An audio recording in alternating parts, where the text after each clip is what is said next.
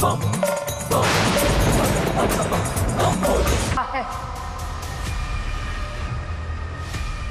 तब तब मैंने विनाश किया है, तब तब शक्ति आगे आई है। पहले सती बनकर अग्नि की भेंट चढ़ी थी,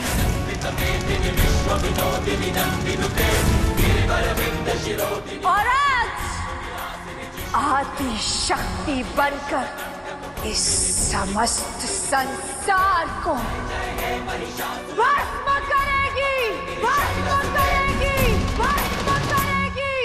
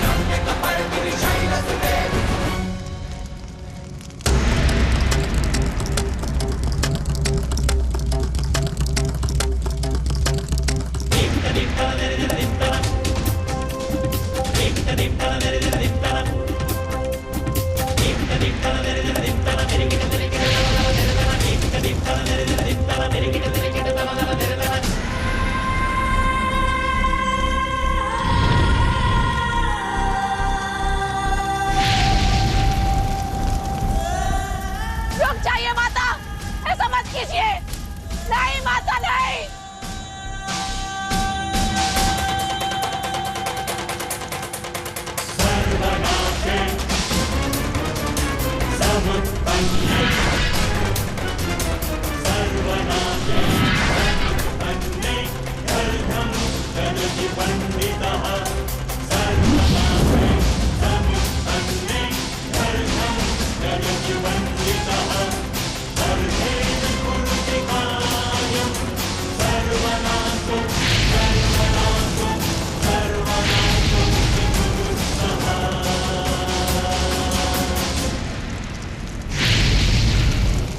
माता, मैंने ये सब आपके लिए किया था, और आप मेरी भक्ति के दर्पण को भस्म कर रही है।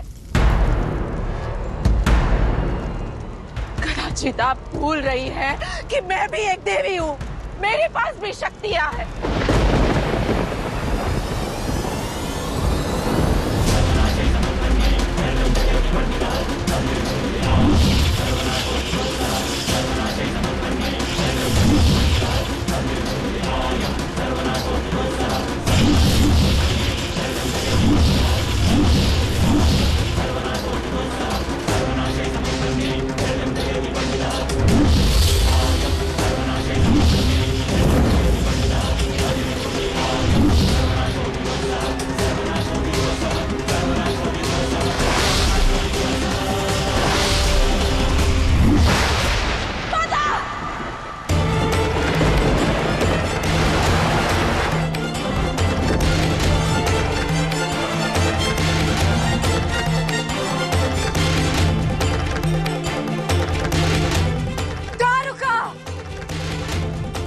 मर्यादा की सभी सीमाएं लांघ दी है। तुम्हारा अंत निश्चित है, निश्चित है, निश्चित है।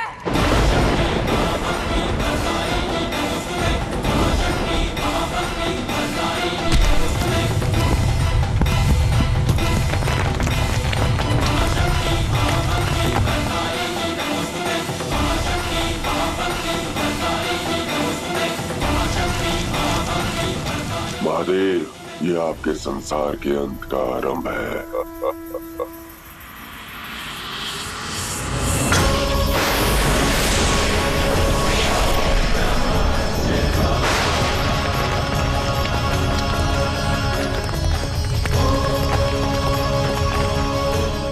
कैसी ऊर्जा है महाराज।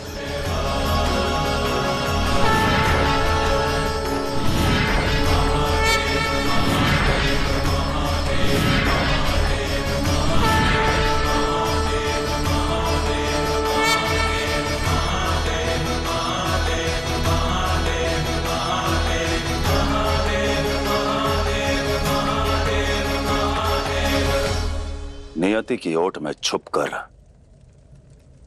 तुम केवल कुछ ही समय के लिए गुप्त रह सकते हो कली, सदा सर्वदा के लिए नहीं।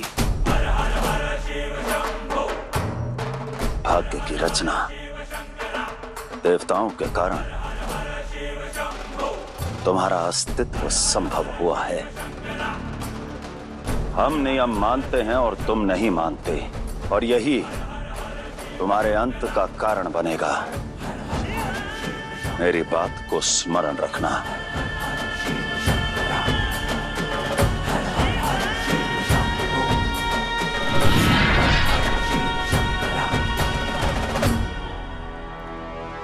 त्रिकालदर्शी है महादेव, जानते हैं कि दारुका तो केवल आरंभ है। उनके जीवन की सबसे बड़ी चुनौती तो अभी पग पसारेगी।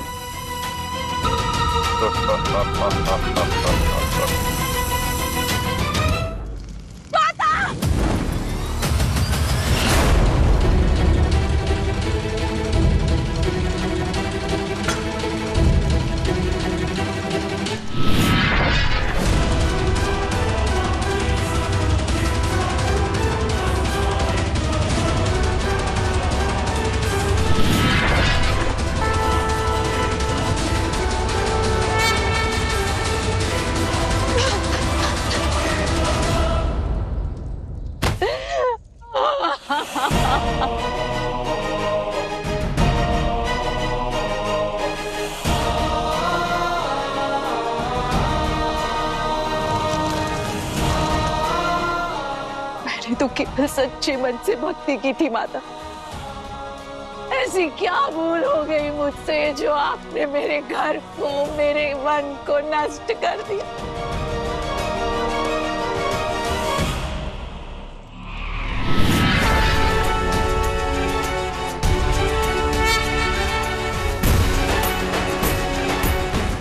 अहंकार, तुम्हारी भूल अहंकार थी और मैंने उसे ही जलाया है, तुम्हारे घर और वन को नहीं।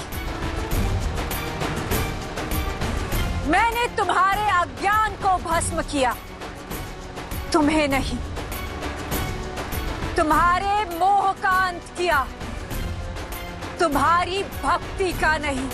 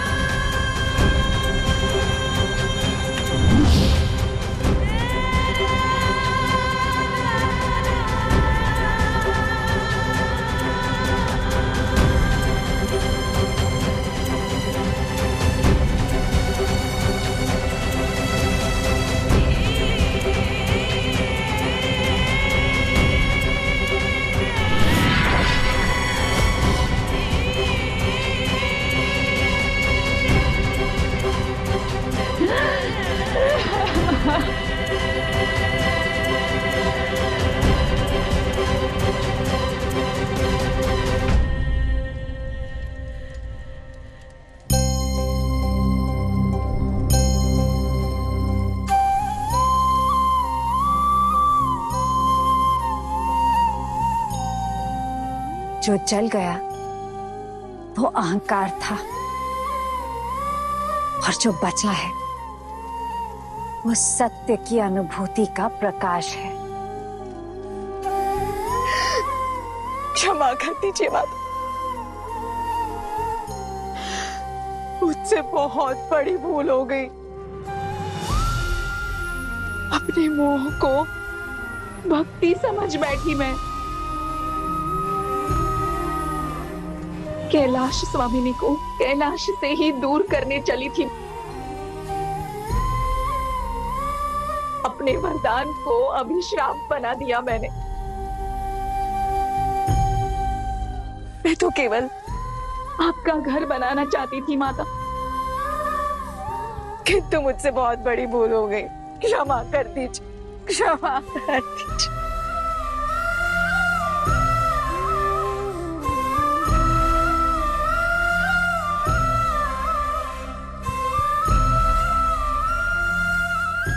माता के द्वार संतान के लिए सदा खुले रहते हैं।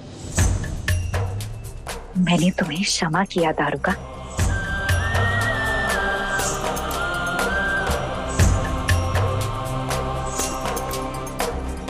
तुम्हारी कथा से ये संसार सदा स्मरण रखेगा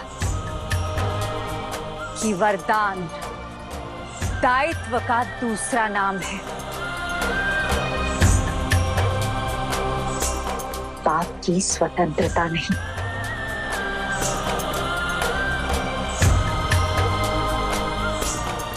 उचित कहा माता।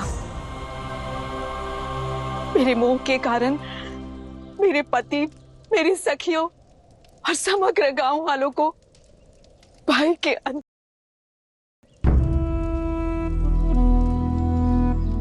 इस घोर अनिष्ट का सामना करना पड़ा। मैंने आपको भी बहुत दुख दिया माता।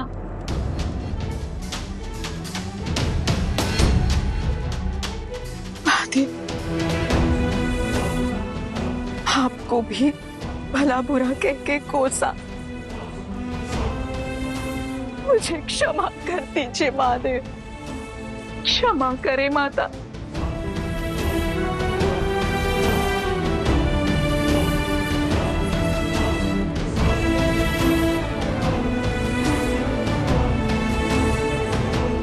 मैं मेरा सत्य जान चुकी हूँ। मैं इन शक्तियों, इस उत्तरदायित्व के योग्य नहीं हूँ, इसलिए मैं अपनी शक्तियां त्याग रही हूँ।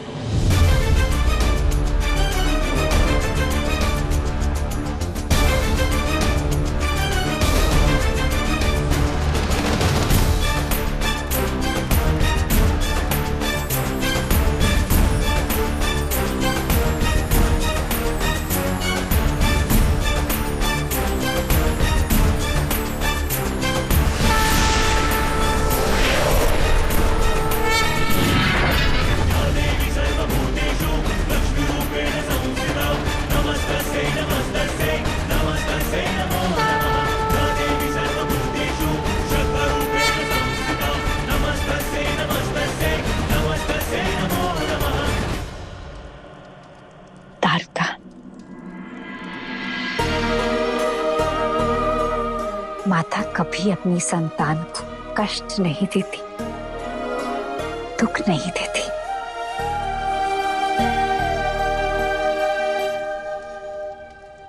वो देखो,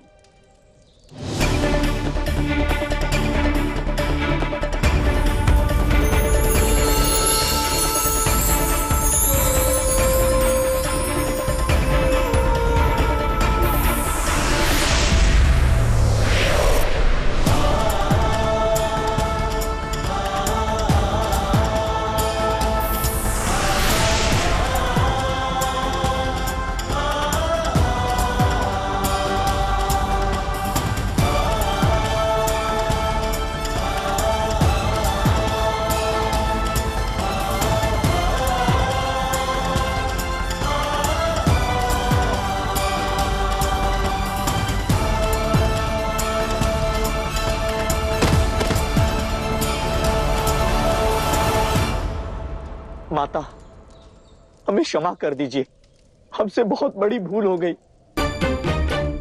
मेरे द्वारा दिए गए कष्ट के कारण दारुका का मन मलिन हुआ है। इस अनिष्ट की जड़ मैं हूं। हमें हमारी भूल का आभास है देवी, हमें क्षमा कीजिए। यदि हम अपनी पत्नियों का अपमान न करते तो कदाचित ये विध्वंस न होता।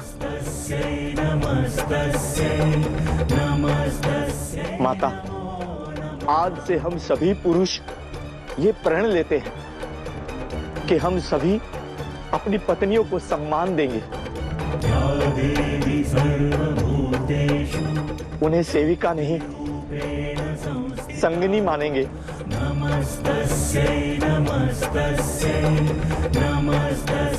कल्याण हो।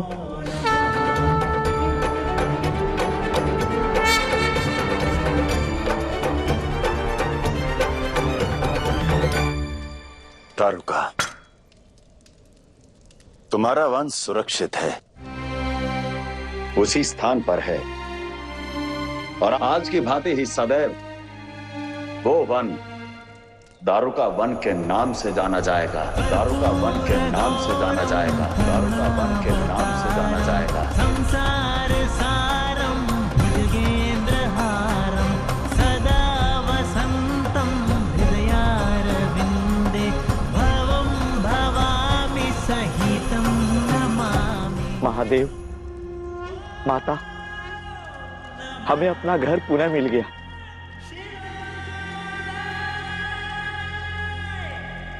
हर हर महादेव। हर हर महादेव। शिव शक्ति की, शिव शक्ति की।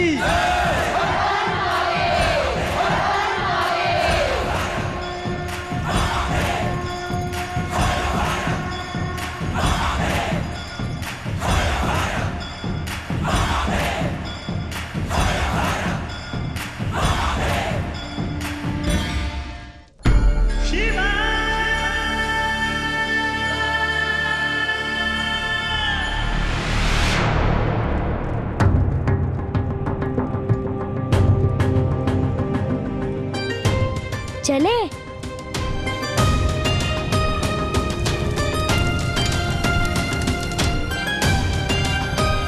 ये क्या करने वाले हैं?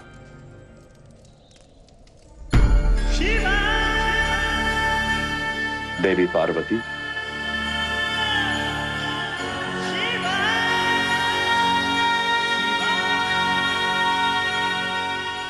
रुकिए महादेव, ये उचित नहीं है।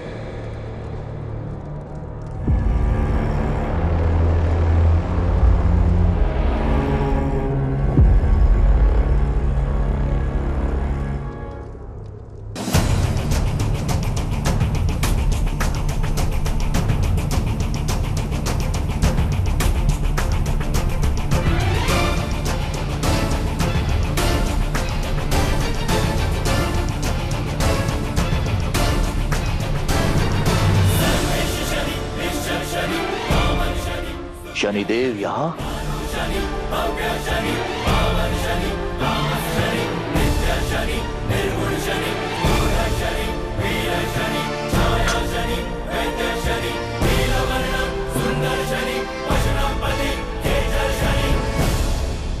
महादेव, मैं यहाँ आपके पक्षपात का कर्मफल देने आया हूँ।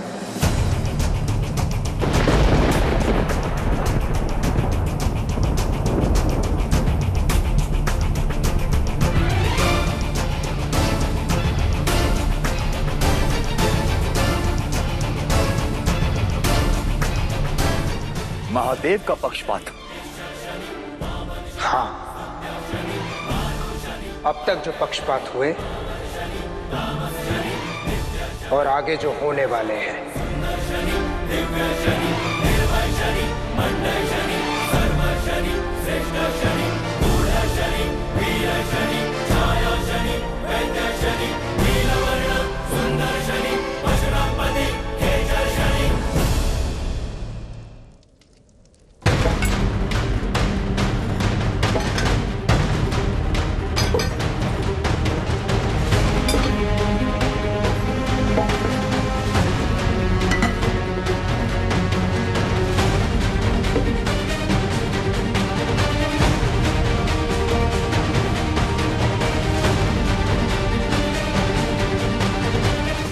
ये क्या कर रहे हैं आप दोनों? सामग्री खोज रहे हैं भैया। सामग्री? क्या बनाने की? शांति। शांति? ये कैसा व्यंजन है? व्यंजन नहीं, विश्वास है। कैलाश में एक के बाद एक कलेश होते जा रहे हैं। एक समस्या अंत होने से पहले दूसरी आ खड़ी होती है। जब जब मैं कैलाश में प्रसन्नता बिखेरने का प्रयास करता हूँ, तब तब संकट के आगे विफल हो जाता हूँ। इसलिए इस बार पूरे विश्वास के साथ एक प्रयास करना चाहता हूँ, ताकि कैलाश का अगला अध्याय ढेर सारे सुख लेकर आए। विचार तो अत्यंत शुभ है गणेश। चलो मैं भी सहायता करता हूँ। हाँ भैया। महादेव, आपने गुरु बनकर मेरा मार्ग प्रशस्त किया था, मुझे कर्म फलदाता की उपाधि दी थी, मेरे जीवन के उद्देश्य को निर्धारित किया था।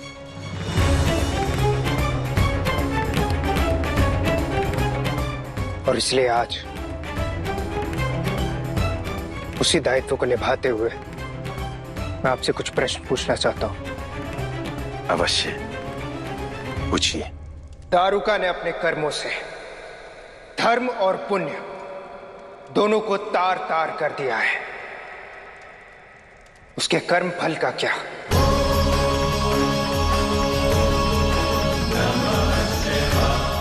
उसके कुकर्मों का दायित्व कौन लेगा?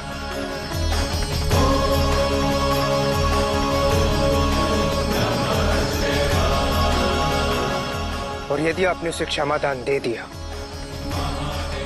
तो उसके दंड का क्या?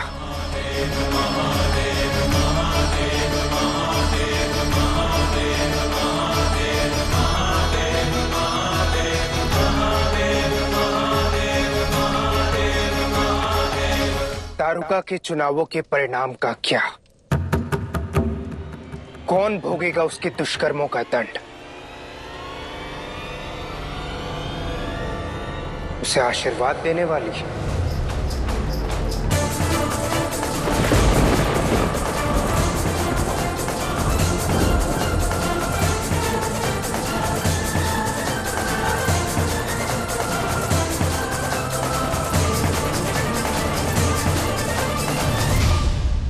इसका उत्तरदायित्व मैं लेता हूं शनिदेव।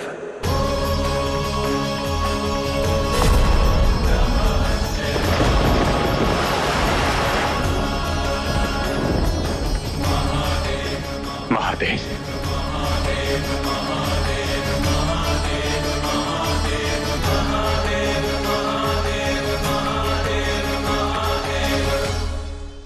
परंतु उससे पहले आपको सिद्ध करना होगा कि कर्म फल महत्वपूर्ण है।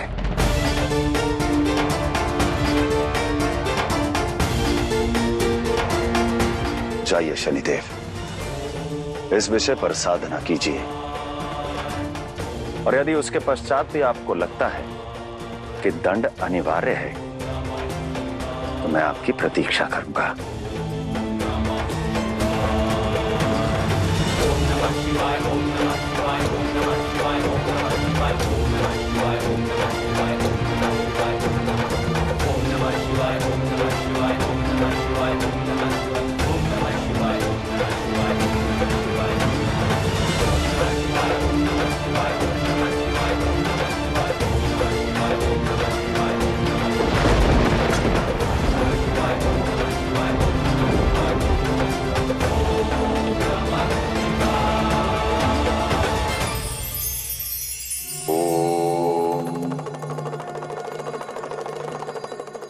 एक सूखा पत्ता जब वृक्ष से गिर जाता है, तब पास की हरी घास वायु के वेग से तनिक झुककर उसे अपनी गोद में समेट लेती है। जैसे प्रकृति के दो अंगों ने एक दूसरे के अस्तित्व को समझ लिया हो। किसी के दुख, किसी की परिस्थिति का आभास करना, जैसे वो आपके साथ घटित हो रहा हो। ये केवल दया नहीं बल्कि समझ और संवेदना का भाव है। सहानुभूति संपूर्ण समाज को जोड़ती है, मानवता को जीवित रखती है और आपको सिखाती है कि संवेदना ही सबसे बड़ा धर्म है।